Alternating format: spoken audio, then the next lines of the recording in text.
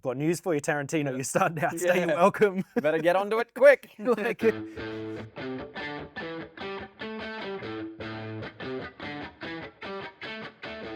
Welcome back to No Bad Seats, the Regent Cinemas podcast. Myself, Luke. Sam from Bradface. Sam from Bradface. Now, I actually have been meaning to ask you, Sam. Are you Sam from Bradface or are you Bradface? I know that this is your handle. I was thinking about it. I was just like... I mean, I am Bradface, yes. So there is only me and one of me. Yes, but whoa. I was thinking about how you don't often see stage names from people behind the camera. So say, you know, obviously this is your brand. Say you shoot a feature film. Are you putting directed by Sam Walter on there, or are you putting directed by Bradface? Or is this a question I have to ask after you directed a feature film and have time to consider it? Well, I think on a couple of short films I've had my name. But I think actually on one of the music videos I did have a Bradface film. Yep. On the stuff we've done together. Yes, yeah, exactly. Yours as well. So I don't really know. It's sort of something I struggle with every now and then. Cross that bridge. Yeah, because I think of and we speak a lot about some of his films on the podcast, but Junkie XL. Yes, yeah. So Junkie XL is now Tom Holkenberg. He's gone back to his non-stage name, but Junkie XL. And I feel like when you're a musician, stage name sort of fits. So like definitely. As a composer, he sort of like switched worlds though, from like a DJ world to I just make blockbuster. Yeah, yeah. So it's like this is my pre-blockbuster, but he was making blockbusters as Junkie XL for a long time. Yeah, he was. Yes, definitely. Before I think only 2021 he switched to Tom Holkenberg. Yeah, it was somewhere in there. Because I'm pretty sure Mad Max was still Junkie XL, and then maybe Batman v Superman was. Batman v Superman was because it was Junkie XL Hans Zimmer. Yes. Why I know because I'm pretty sure Tom Holkenberg, the first credit under Tom Holkenberg was Zack Snyder's Justice League. Yeah, right. Which is why I'm like, oh, why did he change his name? But there you go. So anyway, Sam of Bradface is Bradface and everything, everywhere, all at once. That's it.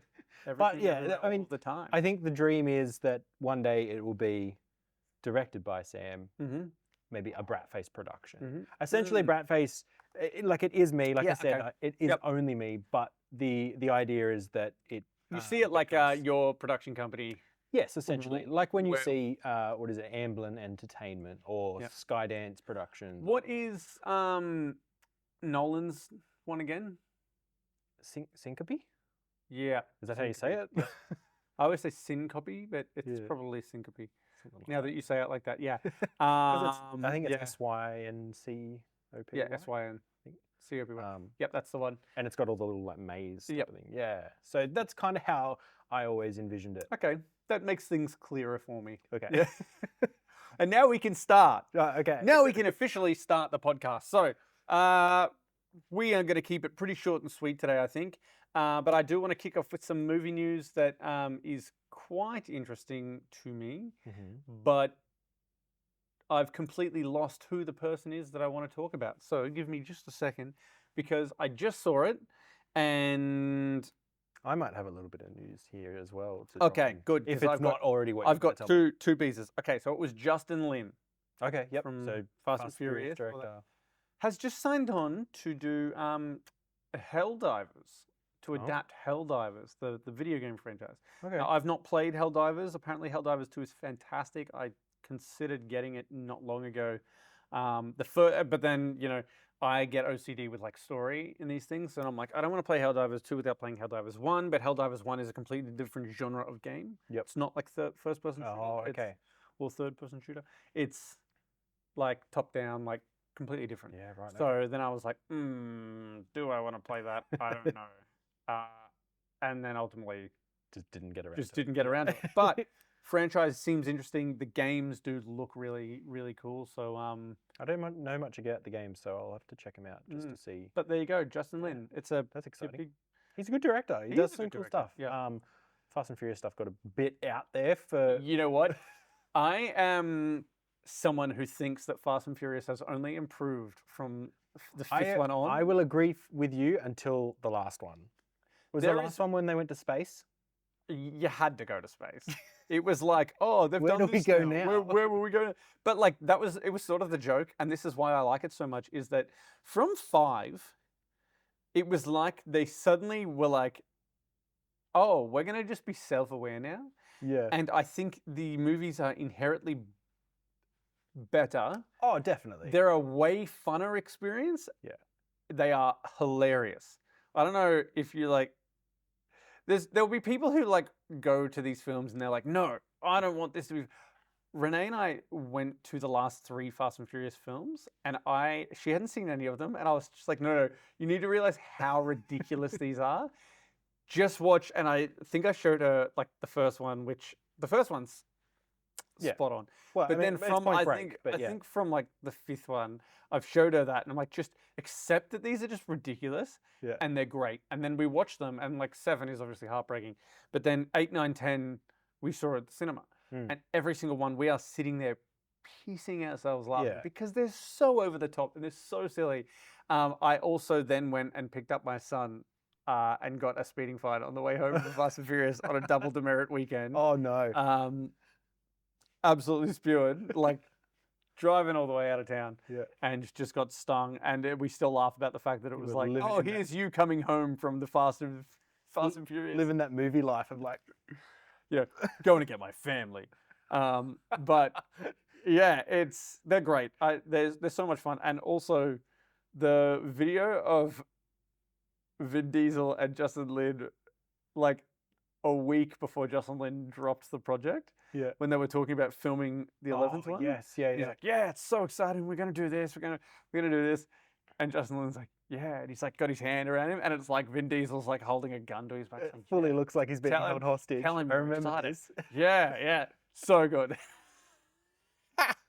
Yeah, no, they're great fun, and I think if you go in with that expectation, it delivers on all fronts. I'm absolutely excited for the next one. Because how many more are we getting now? I know they started announcing them like they were Avatar sequels. No. They did not. Vin Diesel did. Vin Diesel did. And I've heard through the grapevine that what was happening was there was a potential discussion of making it at 11 and 12. Yeah. And Vin Diesel announced it to try and strong-arm them. And they did not take kindly to that, and then told him, you are getting 11, and that is it. So, Wow. and that's part of the reason we've... Now, tell me, is this now the 4th movie that's for Paul? I mean, I think it's all for Paul. Yeah, it's all for Paul. Yeah.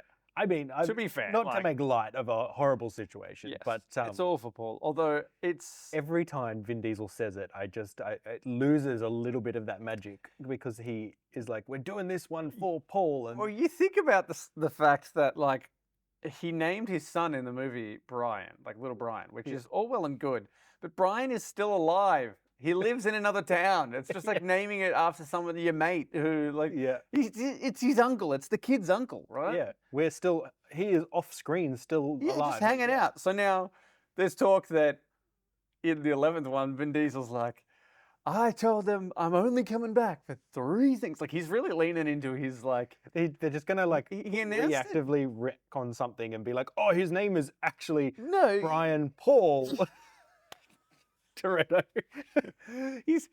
Vin Diesel at some event, like he was at a festival or something, and he's going like full wrestler. He's like, I told Universal I was only coming back for 3 reasons. One, if we get back to street racing. 2, if we do it here in LA. And 3, if Dominic Toretto gets to hang out with Brian O'Connor again. And, hold on a moment. Paul's dead. What's this going to happen? And now they're talking about bringing the brother in again and doing the same CGI stuff. Like, granted, the CGI stuff is way better than when it happened in like 2015. But Vin Diesel is just like low-key, like dropping down that like scientific miracles. We're bringing bringing Paul back. I told Universal I was only coming back if they put the money to bring Paul back from the dead. Oh man, yeah, it's super weird, but I'm here for it. I mean, we got completely off topic. We were talking about Justin Lin doing Helldivers, but also Fast and Furious. Yeah, you know. Cool. Okay, what's the second piece of news? Then? Okay, second piece of news is Zootopia 2. Oh, yes. Massive hit. Yeah, massive opening. So it's had a massive opening. It opened bigger than Wicked worldwide. It has already surpassed Superman's entire box office gross in 6 days. Yeah, a big success. There was a win in that for you there. The big success, the big Superman success. No, you know why it's a win for me? Because the whole media world has just been like beating us down with this narrative that Superman was this massive box office success. And there is just consistently reports coming out being like, oh, it wasn't a big success. And then you'll get like 20 news articles going, Superman, big win, because they're trying to make it out. Yeah. Like this is what they have to show that it's like this massive success and that they can go, see, look, believe in us. It's huge. Look, it's this big success. So buy us. But we've got this franchise that's going to be huge. But like, you did not make that much money. Yeah. You spent a lot of money on marketing for the box office that you got. So yes, Zootopia, on the other hand, I feel like I didn't see a lot of marketing for Zootopia. Like there was obviously the regular sort of amount for a kids movie, but I didn't. But it wasn't like above and beyond. It wasn't Summer of Superman. No. Yeah. I feel like the first Zootopia had a bigger, I don't bigger marketing. remember the first Zootopia. I Okay. haven't seen it.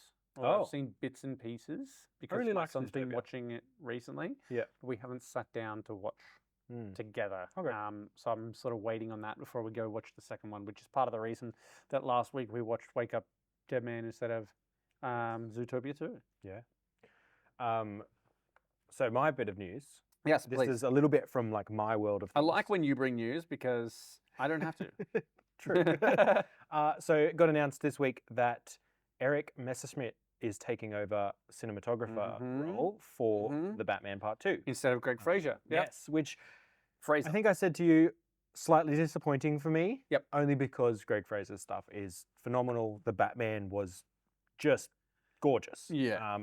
The best shot Batman movie, I would say, so far, in terms of cinematography. Yeah, I think there's a lot of that. Yeah, it's pretty gorgeous, It isn't it? feels like Gotham. Yeah. Like everything in that movie feels Choosing their grimy, locations dirty. and, having that Yeah. Glasgow sort of vibe to it was... Glasgow's been being used a lot lately. It was coming off, like, the Nolan era, where it was like, let's just shoot Chicago for Gotham and making it, like, way more modernized in that sense. Going to the Batman's Glasgow Feels vibe. a bit more gothic. And Feels gothic, feels Tim Burton-esque, just without the CG. It that like I love that movie. I love the way that it was shot. There's a lens that's very famously being brought up many times that he used on the Batman that you can pick up on eBay for about $100. Wow. I have one. It's a beautiful lens. It was this like mass-produced lens. And when I say mass-produced, I think it might be the most produced lens ever made or something like that. And it was cheap. You can still get it cheap. And it gives you this really weird look and this cool effect. Love it. They didn't use it throughout the whole movie. They used it in select scenes. But you can sort of see those scenes and see like, yeah, wow, that's great. Now, obviously, their versions were rehoused into cinema housing and probably cost $10,000 to $15,000 instead of $100. But same optics, you can get the same look for $100, which is really cool. Yeah, Eric Messerschmidt has done a lot of movies with David Fincher. Yeah, who is another person that I think sits really well in that grimy, dirty kind of look. Things like he didn't shoot Seven, but Fincher's Seven, things like that. A lot of Fincher's movies have that. It has that grit to it. Yeah. Yeah. So I'm excited to see where they take it. It's a good choice, and I think Greg Fraser, the speculation that he was not going to be involved has been around for 3-4 months because of Dune. Well, that, and he's doing like 4 Beatles movies. Yeah, and also that. Is he doing all 4? I think he's doing all 4. We don't need 4 Beatles movies. I'm going to be. I'm here going to die. I'm here for the BCU. It's. I'm going to die on that hill that one Beatles movie would be enough. Man, I can't wait to see when they fight Thanos in the 5th one. But yeah, so Eric Messerschmidt. I sort of really like that. Let's just. I just need to just take this Beatles thing, and I like the idea of them telling everyone's individual story and having this weird crossover, and like it's going to be a really interesting and strange way to do things. I'm very interested to see how it does at the box office, because aren't they releasing them like A year apart. Oh, a year apart? I'm pretty sure. I thought it was like months apart, like 1 month next month, like. No, they're not Kevin Costner. No, okay. I think. Because I was like, this is gonna bomb. No, I'm like 90% certain it starts in 2028, and we're getting like one a year. I don't want to wait 4 years for it though. Yeah, jeez, you just get like 6 months. Do it over 2 years. Every 6 months we get a Beatles movie. Happy days, and then again. Yeah. Then I spend a year building them up to fight Thanos. They're gonna have to really come out strong with them. Yeah. Otherwise, I think if some people see the first one that doesn't hit, you're then just gonna be like, well, I don't want to see the next 3. And then where do you start? Do you There's start going to be a structure. There's going to have to be a structure where it's like. I think it'd be very cool that each film will be like an overlap. Yeah. There will be scenes in all 4 films. There will be, you know what I mean? But we'll see them for different perspectives, and I think each film will add to that. But I'm interested, but yeah. I'm still. Anyway, Greg Fraser. Yeah, won't be and there. Coming off Dune, you know, Dune's finished now, but people were sort of speculating for a while that because the Batman, is it the most delayed film in history? Maybe. Not quite. I don't think. When did the first one come out? 2021. No, was it 21? Maybe 22. Either way, say 22. I reckon. I think it was 2021 because the first trailer dropped in 2019. Yeah, right. And I think the film got delayed. I think it was March 2021 delayed. Or maybe it ended up being March 2022. Potentially. Yeah. Anyway, to 2024, 2025, 2026, now 2027. It has been a long time. It hasn't felt like a super long time because I felt like we got to a period and we're like, oh, this is going to be coming out next year. And then they went, hey, we're delayed for another Every 3 year years. is next year, yeah. And then we're like, oh, okay. It's like that thing where they're like, oh, the film's coming tomorrow. But then every day is tomorrow and the film never comes. Like GTA 6? Yeah, yeah.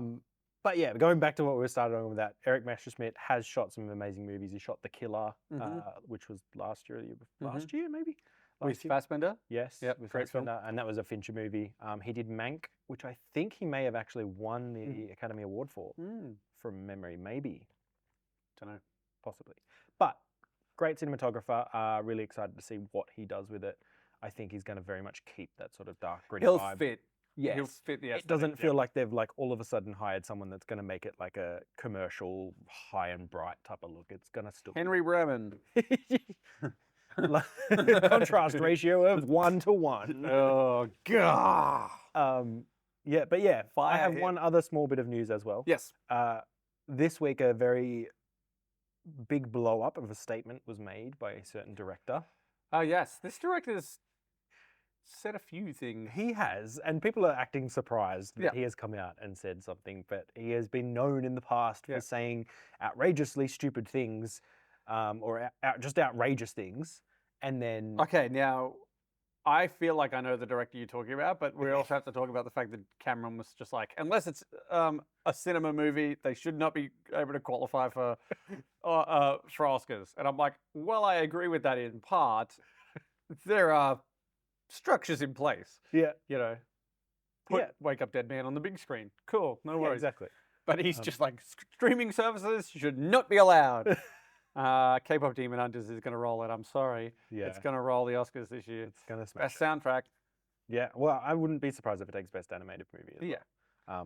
But anyway, getting back to not that director. So Quentin Tarantino, obviously known very well for being outspoken, came out and said that Paul Dano. I always say Dano, but yeah, I think Paul Dano. Yeah. So famously the Riddler in the Batman. There will be blood, prisoners. Great actor, I would say. Great actor. Quentin Tarantino came out and said he is the weakest actor in Hollywood. Yeah, weakest actor in Hollywood. Super random. It's just like what a weird pot shot to have. Do you reckon there's got to be some sort of? It feels like there's some bad blood. Yeah. Like why? Yeah. There will be bad blood. There will be. But then Tarantino was also...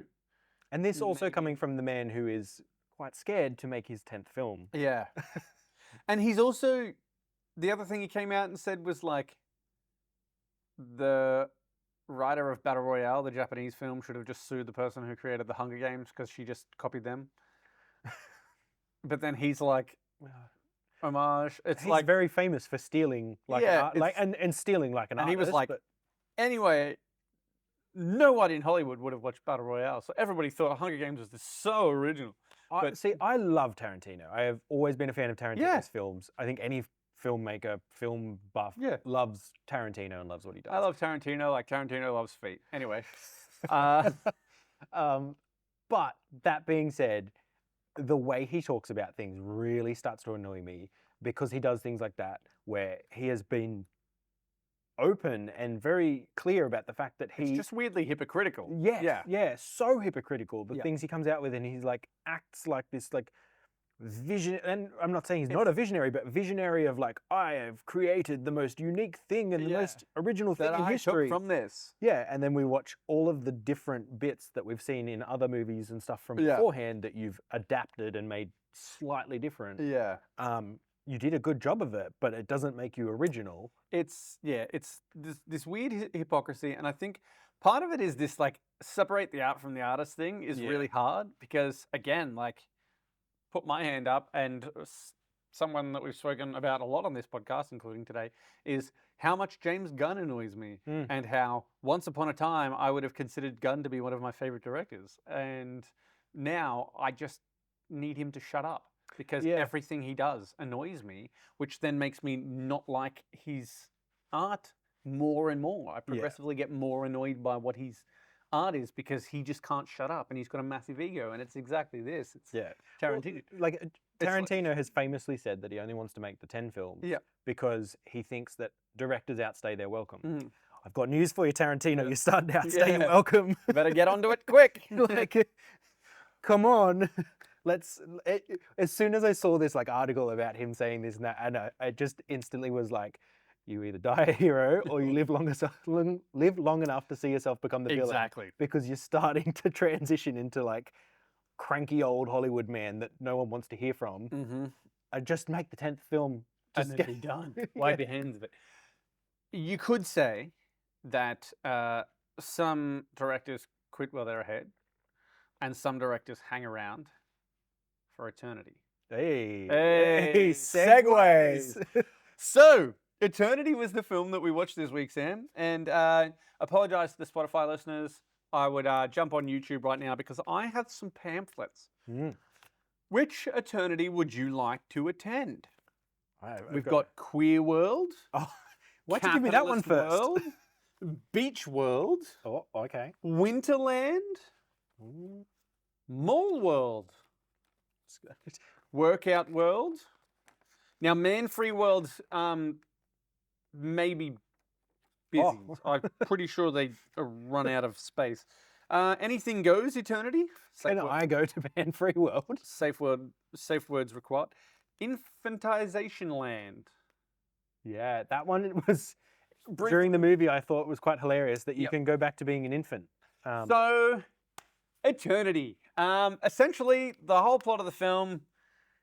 These characters, Larry ends up in Eternity, where he has a week to decide what eternity to go to. It's essentially like a massive convention where different places are showcasing where you could spend eternity and with who. I'm going to just lean over to the camera here. It's probably going to be out of focus. It is out of focus. Yep. No autofocus. We can zoom in. All right. Join us in Winterland. So, essentially, you go through, you pick where you want to go, and that's where you're going to live for eternity and with who. So, the distributors was very nice to send us. These are very cool. These, which I thought just, super fun, and I might have to go and put them out upstairs in the candy bar for people to have a look. But yeah, Eternity. So, out of these ones here, what's your pick? What do we got? We've got How do you say that? Infantilization Land, Man Free World, Anything Goes Eternity, Yep. Workout World, Yep. More World, Mm-hmm. Winterland, was it? Winterland. Yep. Queer World, Yep. Beach World, and Capitalist World. I love the phrase for capitalist world, by the way. What's the point of being rich if someone else isn't poor? Love it. A world fueled by competition. Anything Goes Eternity, safe words required. Safe words required. The mask on there too is just, I'm just going to show this quickly, 18 plus. Brilliant. Just brilliant. And it's just so much fun for these. Now, of these, I would say probably, and we do tackle these a lot in the movie, but Beach World and Winterland seem to be two of the more popular choices.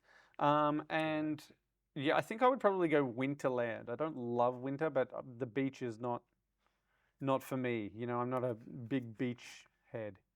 What about yourself? Let's go for Anything Goes World. Well, there you go. We'll choose something different. Choose something different. All right. Well, we're sending this again. These podcasts are listened to by our wives and partners. Yep. So just yeah, I'll get stung then because I'm sure my partner will want to go to Beach World. Mm-hmm. But that being said, the Beach World in the movie did not look this good. No. It's a little bit of fake advertising going on there. Yeah, well, I mean, I think they're allowed to do it. So, Eternity. Honestly, this, like, I don't want to spoil it too soon, but this movie was one of my favorite movies of the year. I thought it was fantastic. I just thought it was really sweet.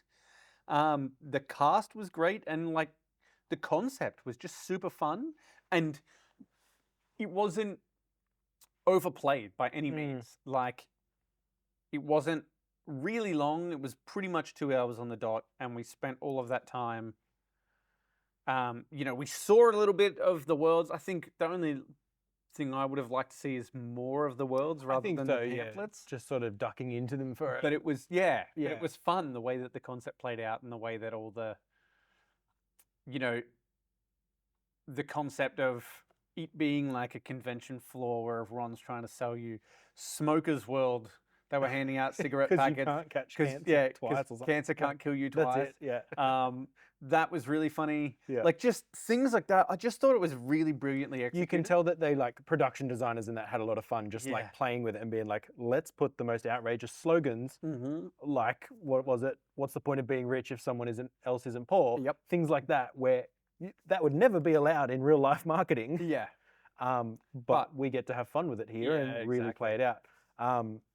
Yeah, I agree. It was a great, fun time. I think there was, like you said, it was a really sweet movie. There's a lot of, because we're talking about the afterlife and these people that have just passed over and whatnot, that like we get to delve into that and their memories of like looking back and everything like that. I think in that respect really drove home that sort of heartwarming feeling and being sort of like, oh yeah. I feel like we should briefly, I know we've spoken about it on the podcast a couple of times now, but the concept of the film is Larry dies, ends up in the afterlife where he meets his wife who's died a week later, and they've lived together for 50 years. And then you find out that 65, I think it was actually. Yeah, 65 years they were together. Yeah. They were together for 65 years. They've both died sort of within a week of each other. And then when in the afterlife, you see her first husband who died in the war, who has been waiting 67 years for her to return. So she gets stuck in this, okay, well, I've got to not only pick an eternity, but with my first husband or the person I spent my entire life with. And it's the greatest love triangle since Twilight. Yes. Did you watch those? That was your homework? No. I've never been one for doing homework. Oh my goodness. Yeah. So it was really interesting. And I think, like we said, they had a lot of fun with these other worlds and stuff. And you can feel a lot of that world building within it. Lots of the little like plays on things, how they did it. Like outside of the, I guess, hotel type of location they're in is just drop down sheets that have like the sky painted on it. Yeah. And I was like, oh, I love that little touch. Like, yeah, we didn't have to do some picturesque location or something like that. We just went, hey, everything felt within a bubble. Like it all felt like we are in this train station. It's massive, but everything's hung from the ceiling and we're inside, but it sort of feels like you can show outside and not. Yeah, it's just very cool production design. I liked that it sort of felt like, I want to say like 60s aesthetic. Somewhere around that sort of 60s, in that 70s, sort of era where maybe even, you know what it sort of feels like to me was, have you seen Loki? Yes, yep. It sort of gave me Loki vibes, like they're trying that for that sort of timeless aesthetic. I think of like, hey, Yeah. we're not old, but we're not modern day as well. That's going to look outdated in 10 years. We're like, we're going back to the style of where everyone tries to replicate. Yeah, exactly. And I thought it worked. I really, really liked it. I liked that everything was like, there was red carpet everywhere. Yeah. And so it's like, all that sort of thing. I liked the fact that the whole thing was like set up where, despite the confusion and everything going on, they would ask questions and they'd be like, oh, for God's sake, what's happening? What's going on? Why am I here? I don't remember this. And then everyone's just like, oh, your AC will be with you. Like, nobody tries out. No one it's tries just to like, explain it's just like, okay, this is just another round of them. Come on, get them in, explain what's going on. It was cool. And like one of the aspects of it is that when you died, your happiest self was who you were sort of transported back to being. Yep. So that, which I liked, because then we saw lots of different people across, like they said, oh, there's a lot of like, 10-year-old kids and exactly a lot of teenagers. And they might have been 90, but they were like, some weren't, some were like, there's not a lot of teenagers. What was a good little joke slipped in there. Yeah. But things like that, I know at one point they were like, I heard over the like intercom or whatever they call it saying, we've just had a plane crash. There's a boatload of them coming in now, or something like that. Like, so they had like a whole bunch of them coming in, and you can tell they just had fun going, let's give everyone a random role and be like, this is what you look like now. And we're able to do that. I liked some of the explanations as to why certain characters were certain ages. We sort of saw all of that play out, which was really, really cool. There was one part in there that I thought was going to happen, and it didn't eventuate happening. We won't talk about it because it's kind of a spoiler. Well, it's not a spoiler because it didn't happen, but it's probably not worth talking about. I'll talk about it to you later. Cool. All right. So if you want to know what Sam's talking about, too bad, apparently. Sorry. Anyway. But still, go and see the movie. It didn't happen, so it doesn't matter. Yeah, exactly right. There was a few things that I sort of, it's like hard when you're trying to pick what's going on in these films and put the pieces together, and you sort of get a bit of an idea of what your expectation is. Yeah. Even when I went to grab these pamphlets, one of my coworkers said, "Did this happen? Because that's what I think's happened." And I'm like, I'm not saying anything. Yeah. Because you don't want to spoil it, and sometimes those things do give them away. But I just thought the way that the whole story played out was really sweet. I liked the characterization so much, particularly by Elizabeth Olsen. She was great. She was just great. And particularly when she first sort of comes into it, starts to, like, you believe she's a 90-year-old woman. Yes. Like, there was a lot of this stuff where she's been around long enough to be like, Yep. Like one of the, I think they've got it in the trailer even, is when, because Larry's been there, he comes up and he's like, and blah, blah, blah, blah, blah, blah, and she's like, yeah, I'm dead. Yeah. And like, she's clocked it straight away. Yeah. And then like his AC is like, oh my God, it took him forever. It didn't take me that long. Yeah. I liked her immediately reprimanding him for the way that he died as well. Like the fact that we set up this like bickering couple, and they kept that between Miles Teller and Elizabeth Olsen really well. Like, you believe these two have been married for 65 years the whole time, because even just the way, he's going, oh my God, you're so beautiful. I mean, like, you are beautiful, but like, you were beautiful. Like, he's now seeing her in her 20s again. Yeah. And saying that, and she's just like, yes, I know what you mean, honey. Yeah. I understood what you were saying. Like, and it's just like, so just like, whatever, just brush it off. You don't have to explain. Yes, yeah. I got what you were saying. I'm not offended by you. Like, it's just like this complete brush off and that sort of thing. Like, this back and forth between them was really great in that you saw moments of a 65-year marriage. Yeah, exactly. It was so believable. Even again, I think at one point you see him doing something that she's just like, "Are you serious?" Like, and it was just like, so like you go from these moments of like real happiness and there's joy to just he's done something that's pissed her off. Yeah. And it's just, for God's sake, Larry, love it. I Yes. thought it was really believable and really great. I also then thought the way she was taken back to her 20s and transported back by the ex-husband, phenomenal as well. I really think she just did a wonderful job in this movie. She is the MVP of this. Like, the whole time she is on screen, she really just takes it over. Yeah. Not to say the other guys aren't great. Miles Teller and Callum Turner. Callum Turner, yeah. Yes. They both did a phenomenal job. Both played their roles really well. Miles Teller's great. Yep.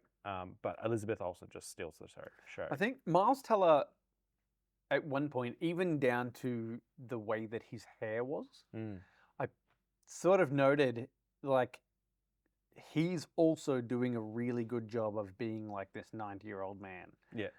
Who, like, and that's the thing where there's like sort of this weird confusion because he's 35 in his body and he's playing a 95-year-old man, but obviously Luke, the first husband, died in the war. He died quite young, so he's not having to do that. He's delivering 20-year-old or something like that. Yeah. He's playing early 30s. He's playing late 20s, something like that. So the way that this has been sort of portrayed is like really interesting to see sort of how they're able to do that. And I thought Miles Teller was fantastic. He did a great job. And again, the fact that they were able to work off each other like that and it was so believable was great to me. Miles Teller, I said to you midway through the film, I was like, Miles Teller is the most me-looking actor. And I just need you to grow out your hair. Oh, when my hair gets like scruffy, I'm just like, holy crap, it's Miles Teller. When you see those people that you're just like, he's just such a normal looking dude. And I'm like, aside from the teeth, Miles Teller's face, like, I reckon I could just swap it out with one of those Snapchat filters. And I'd be all right. Like, it'd be like, I'll just put my face on the eternity poster. Nobody would know the difference. Social experiment. Yeah, that's it. Just the poster in the foyer. Poster in the foyer. Have a look. Let's see. My goodness. But yeah, honestly, Eternity was...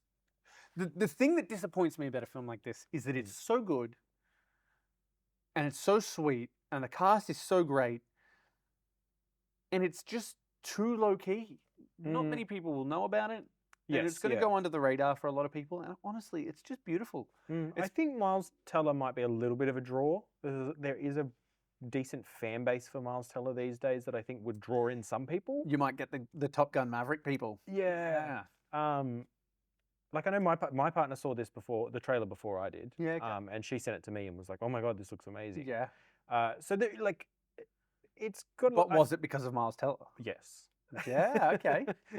Yes, I'm pretty sure. Yeah. Right. So I think that it's not going to have a massive audience. But if only his Fantastic Four came out post Top Gun Maverick. Yeah. Rough. Interestingly, we both noted that it was an Apple original film as well. I didn't know that. Obviously, we knew it was that maybe comes down to the marketing too. It's like they don't tend to go really hard on marketing their films unless it's F1. So it'll be interesting when that's planned to drop, because the ones that Apple has put into cinemas, like F1, is still not available to stream on Apple TV. Apple TV? Yeah. But you can buy it. You can buy it. Of course you can buy it. You can't stream it yet, which is like, it's been almost 6 months. I think it has been 6 months, which is interesting. It'll be 6 months in. Whereas like some of the other people, streamers, even outside of Netflix, are like, cinema release next day on Prime. And you're like, why? Yeah. So Apple's sort of The going big pretty one, I think Disney does Disney Plus 60 days after. Yeah, But a lot of them are just not even streaming. It's just putting them on digital availability. Yeah. Home availability within 3 weeks. Yeah. 2 weeks even. Yeah.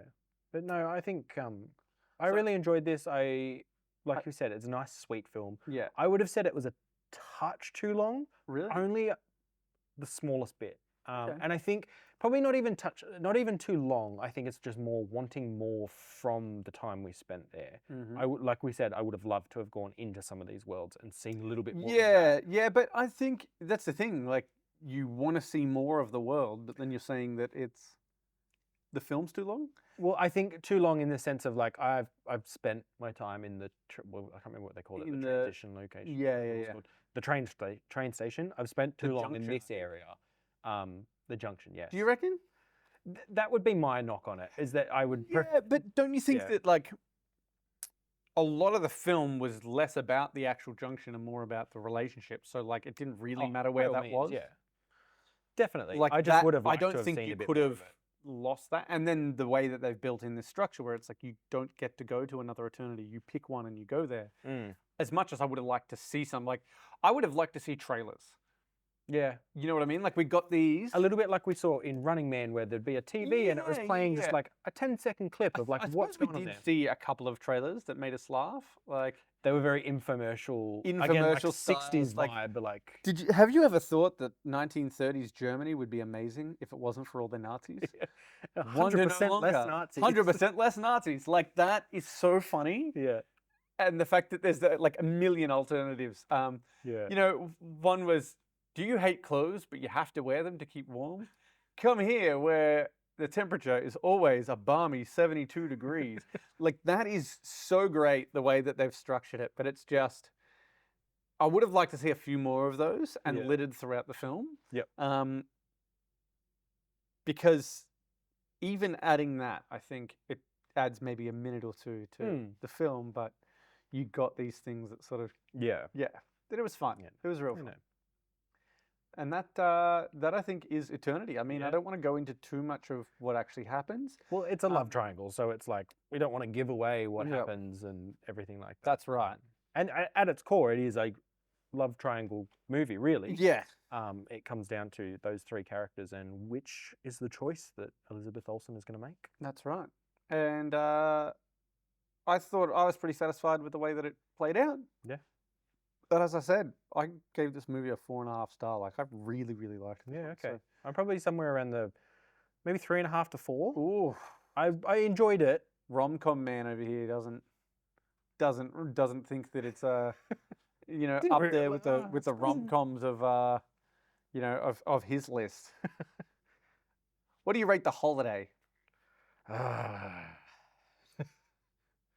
Gets like one right pass because it's there's only one right answer. It stinks. That's the answer. It's the best holiday movie ever. Speaking of movies that are too long, that movie is 45 minutes too long. It's so long. 2.5 hours. You think it's finished, and then you're like, oh wait, there's a third act. There's a fourth act. Why are we still here? The Holiday. Negative review. But Christmas is around the corner. It is. So there is that. Guys, don't forget, you can go and get a gold class pass and give the gift of the movies this Christmas, right? The best gift of all. The best gift of all. What is the best gift of all? Movies. Movies! And gold class pass, gift packs. We've got so much available and there are so many movies coming out in 2026. Let's play a game quickly, all right? We have to keep going, naming films back and forth from 2026 that are coming out. Oh, jeez. Until one of us. This isn't going to go very far because I can't. Okay. I'm going to let you start then. I'm going to go easy. The Odyssey. The Odyssey. 2026, we have Toy Story 5. This didn't last at all. All right, as soon as I see them, I'll be like, oh yeah, that, and that. Yeah, but let's try it again. You could start with the Odyssey again. I'm giving you a break. The Odyssey. Toy Story 5. SpongeBob? Is that 26 or 25? Well, it is 26, but 26th of December. Oh, no. Okay. One more try. One more try. All right. Let's give him a breather. Okay, I think I've got a couple now. All right, let's go. Yeah. We'll start with the Odyssey again, just to get an easy one under Toy the belt. Story 5. Ready or Not, Here I Come. Correct. Supergirl. Oh, it's 26. Hail Mary. No, the Hail Mary Project. Project Hail Mary. Project. God damn it. Yep. We have Edition.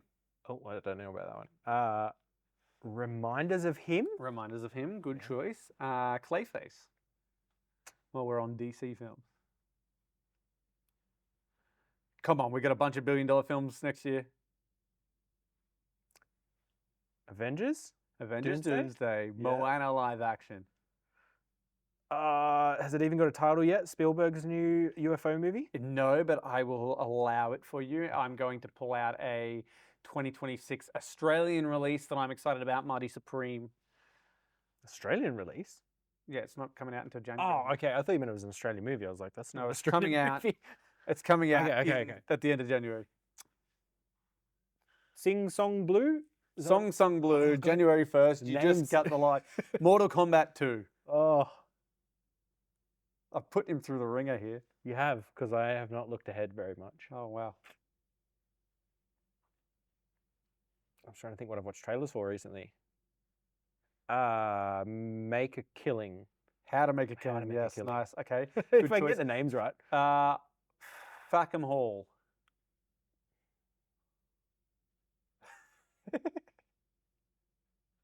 I don't know if it's out before the end of the year or not. The Housemaid. Housemaid is the 26th of Boxing Day as well. All right, we call it the Hoppers is another one. There is a lot of films coming out next year, and a lot of films will be in gold class. We expect that there's going to be some major blockbusters next year. Like, I honestly think I could name 5 films that I believe are going to be close to $1 billion. Do it. All right. Now I'll put you on the spot. Yep. Toy Story 5. Yeah. Oh, wow. Yeah. Moana. The Odyssey is a potentially close one. There is a film coming out in March. Oh, Mario Galaxy. Oh, Super Mario Galaxy, April, rather, that I think is going to be the case. So what's that? I think a lot of kids' films. Minions 3 is out. Yeah, that's potentially huge. I don't know if Moana's going to make it. I think I've said this before. I don't know about the live action. I just want to give a quick shout out to a couple of people. Willow, who has commented on our Spotify saying that she grew up with Moana and the first thing that she was very excited about this one. So shout out to Willow. Thank you for listening. And also thank you for commenting and backing me. Moana is going to be huge. Give us Aladdin 2, you cowards. I just think the track record of the Disney live actions hasn't been spectacular. I know Lilo and Stitch did well. Snow White did terribly. Yeah, but again, Lion King was pretty average. Who the market is. I know. Who is, okay, the people who grew up with Snow White versus the people who grew up with Lilo and Stitch. What's the major difference there? The Snow White ones aren't alive. Yes, exactly. Youth. Yeah. And then you throw in I'm sorry, if Minecraft can nearly get $1 billion. Nearly. Yeah, 980 million. Still not $1 billion. It will be when they re-release it before the Block Party 2.0 Chicken Jockey Edition. Exactly, before Minecraft 2 comes out. Yeah, so there are lots of films coming out next year. We should do an episode where we look ahead and go through each list and say, like, maybe like an anticipated list of like most anticipated films. Well, maybe we do that as our episode of. I think we're going to have to do. Anticipated. Yeah, we're going to have to do that next week. Next week we have something out. I can't remember what it is. I can't remember. But Avatar next week. No, Avatar's the following week, which is so that's going to be the big one. Might be our end of the year, but let's watch whatever we watch next week, and let's also talk anticipated or anticipated. Well, let's do our letterbox breakdowns. Okay, not including Avatar, and then it's a bit of a hard one to do. Especially because I loved Avatar 1 and 2 so much. Or do we do the 2025 in January? Yeah, maybe that's our like first episode back or something. Could be it. Could be it. Might be Anyway, more admin on the podcast. So interesting. So interesting. That is that is it for us this week at No Bad Seats. As always, don't forget, you can get your gold class gift packs for Christmas now, so do it. And do it. Do it. Because Just there is do no it. better gift than the gift. Do it! There's no better gift than the gift of the movies. And remember, when you are here at the cinema, there are no bad seats. Thanks for being here.